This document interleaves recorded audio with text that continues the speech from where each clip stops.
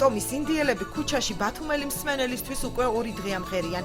სხვადასხვა ხელნაკეთი ინსტრუმენტებით, რომელიც თაობიდან თაობას გადაეცემა, ქუჩის მუსიკოსები ნაციონალურ მელოდიებს აჟღერებენ.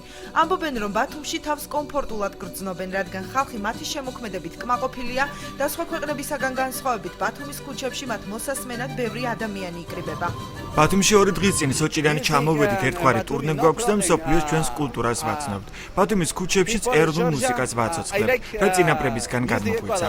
თქვენს ქალაქში მსმენელი ყურადღებიანი და თბილია. ჩვენს მოსასმენად უამრავი ადამიანი ჩერდება და მათგან სიყვარულს გრძნობთ.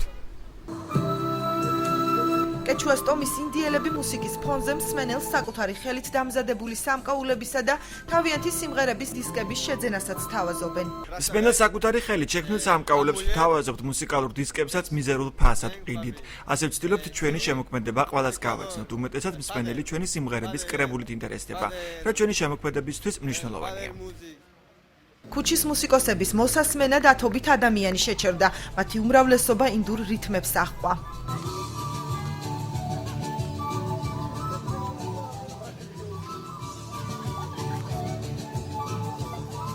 პირველად ვარ ამ ადგილას, პირველად მათ მუსიკაში ძალიან აღფრთოვანებული ვარ, ძალიან ლამაზია და რა ვიცი.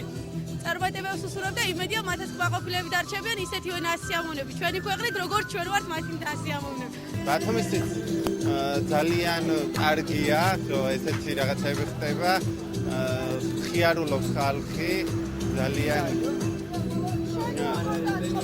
ძალიან კარგ განწყობაზე ვართ, უკვე მეორე დღეა უსმენთ.